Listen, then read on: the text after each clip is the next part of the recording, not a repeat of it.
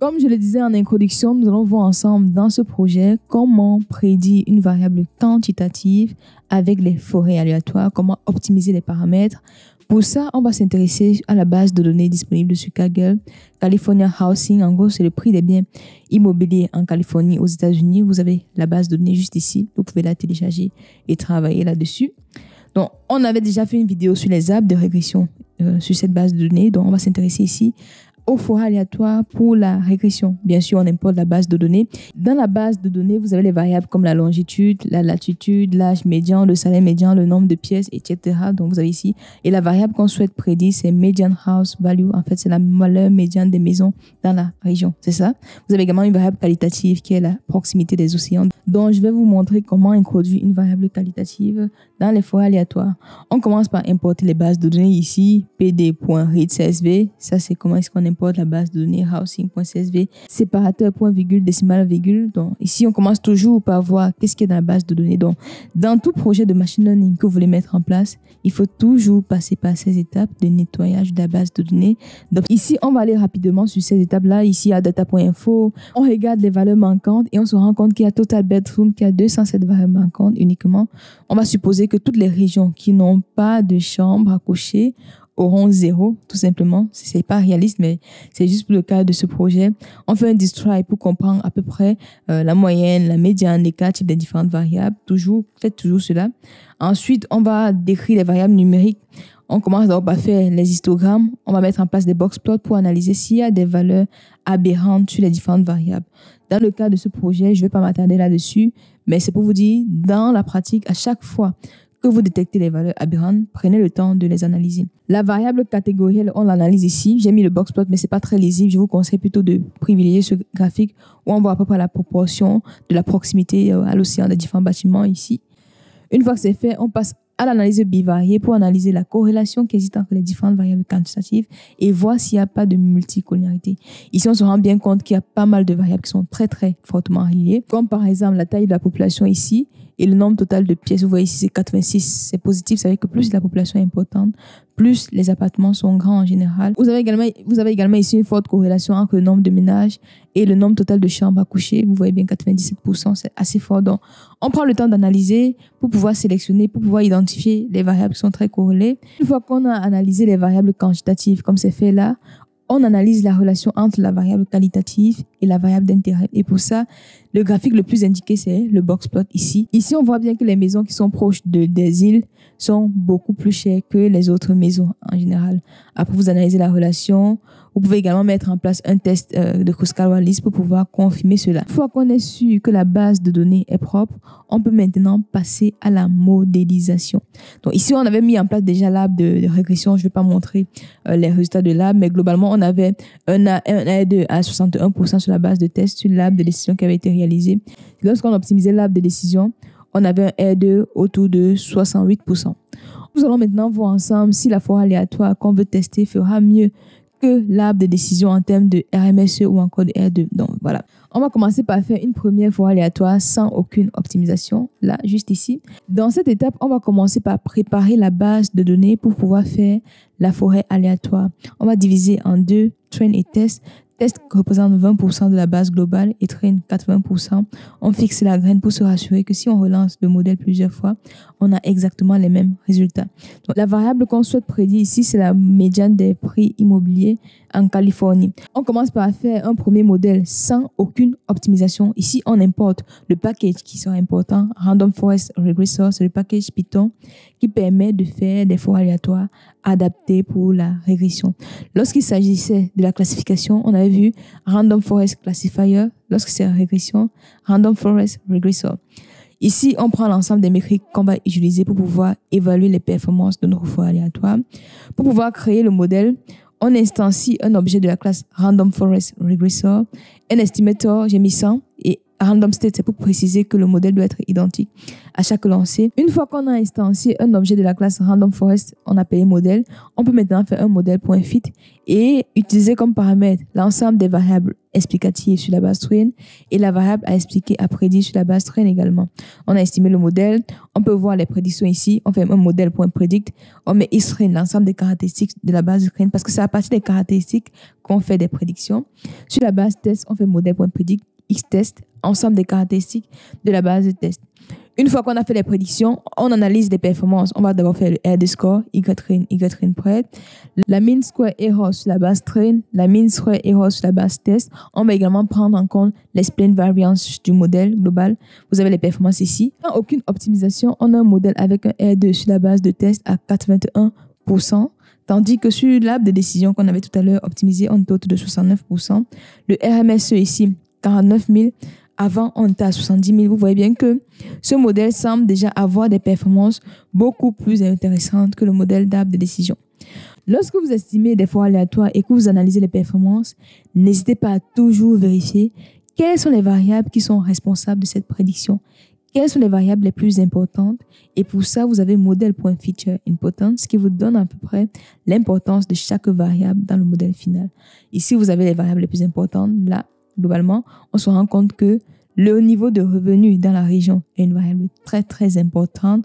On a également le fait d'être dans des îles, c'est ce qu'on avait vu sur les analyses bivariées. La longitude, la latitude, l'âge médian, la taille de la population. Donc, voilà à peu près les variables classées par ordre d'importance. On voit bien que le salaire, le revenu, c'est la variable qui joue le plus au niveau du prix des biens immobiliers. Ce qui fait complètement sens parce qu'en général, dans les quartiers, on a des populations qui sont souvent homogènes en termes de niveau de richesse. Donc voilà, ça c'était le premier modèle sans aucune optimisation avec les paramètres de base de Escalon. Je ne vous recommande pas d'utiliser les paramètres par défaut en pratique parce qu'en général, sur les foires aléatoires, il y a deux critères essentiels qu'il faut toujours optimiser déjà. Le nombre d'arbres. En général, c'est assez robuste. Plus le nombre d'arbres est important, mieux c'est. Donc ici, il n'y a pas trop d'inquiétude à se faire. Des études empiriques montrent que les forêts aléatoires sont robustes au nombre élevé d'arbres de décision. Par contre, le critère qui est très important, c'est le nombre de variables ou encore la profondeur des différents arbres. Parce que l'un des principes centraux sur la forêt aléatoire, c'est l'indépendance des arbres de décision. Pour pouvoir avoir un résultat optimal performant, il faut que les arbres qu'on a construits apportent de nouvelles informations. Si tous les arbres de décision ont exactement les mêmes variables, on aura exactement les mêmes informations. C'est la raison pour laquelle il faut optimiser le nombre de variables à introduire dans chaque arbre de décision. Dans la pratique, pour les modèles de régression, c'est recommandé de choisir le nombre de variables totales divisé par 3 comme nombre optimal. Mais dans ce projet, nous allons optimiser les paramètres avec un grid search CV dans un premier temps. Donc, on va commencer par optimiser les paramètres de la forêt aléatoire avec un grid search CV ici, avec la validation croisée, bien sûr. Les paramètres qu'on va optimiser sont ici. Dans param grade, vous avez n estimators qui est le nombre d'arbres, 100, 500. Max depth qui est un peu en relation avec le nombre de variables. Ici, on a none, 5, 10. J'ai choisi uniquement ceci parce que ça prend énormément de temps pour pouvoir tourner. D'ici, on instancie toujours un objet de type random forest regressor. Ensuite, on va mettre en place une grid search CV qui va tester toutes les combinaisons de paramètres que j'ai mis ici pour pouvoir stocker les résultats. Et ici, le paramètre à optimiser, c'est ce que j'ai mis, le R2, le R carré, c'est ce que je souhaite optimiser. Avec Grid Search CV, le meilleur modèle, ce sera le modèle qui aura le R2 le plus élevé.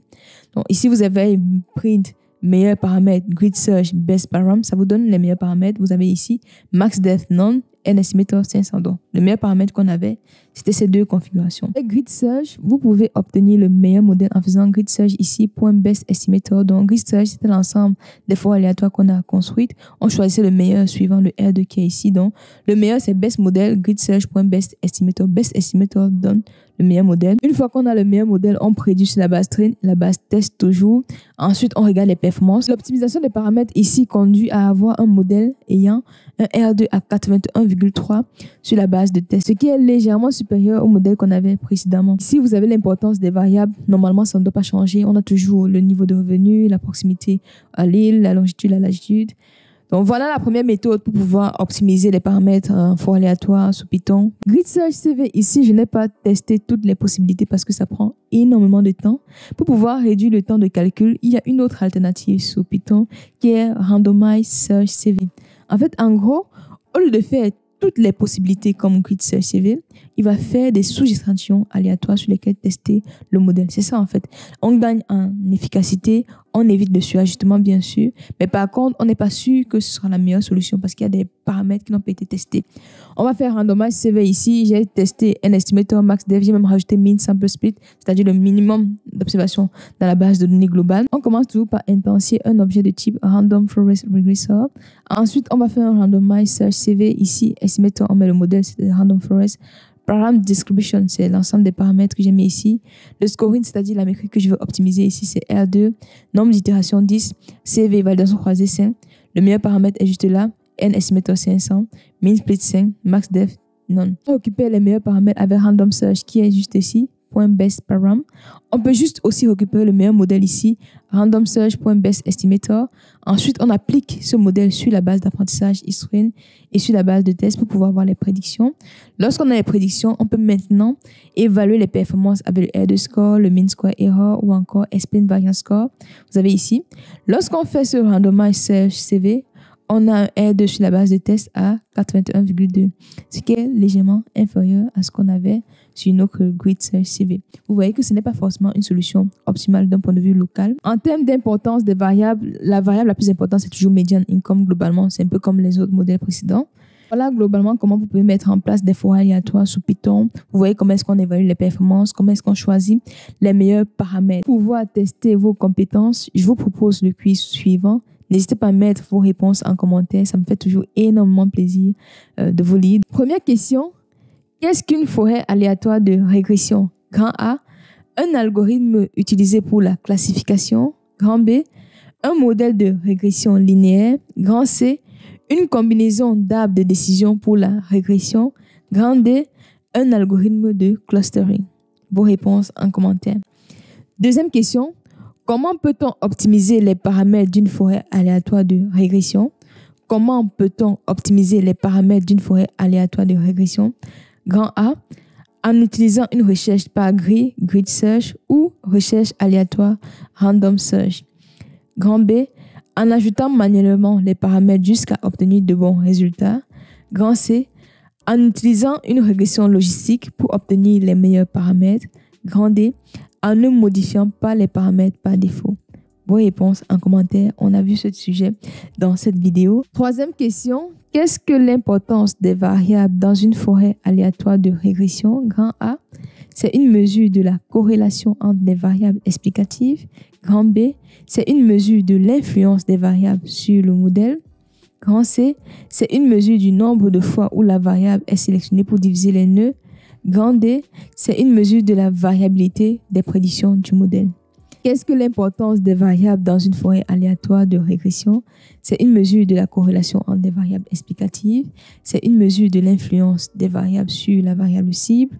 C'est une mesure du nombre de fois où une variable est sélectionnée pour diviser les nœuds. C'est une mesure de la variabilité des prédictions du modèle. Vos réponses en commentaire. Et la dernière question, comment évalue-t-on la performance d'une forêt aléatoire de régression? Grand A, en utilisant le coefficient de détermination R2, en utilisant l'erreur quadratique moyenne, en utilisant le score expliqué. Grand D, toutes les réponses précédentes. Je reprends. Comment évalue-t-on la performance d'une forêt aléatoire de régression? Grand A, en utilisant le coefficient de détermination, en utilisant l'erreur quadratique moyenne, en utilisant le score expliqué ou alors toutes les réponses avec la grande D. Mettez vos réponses en commentaire, ça me fait toujours énormément plaisir de vous lire.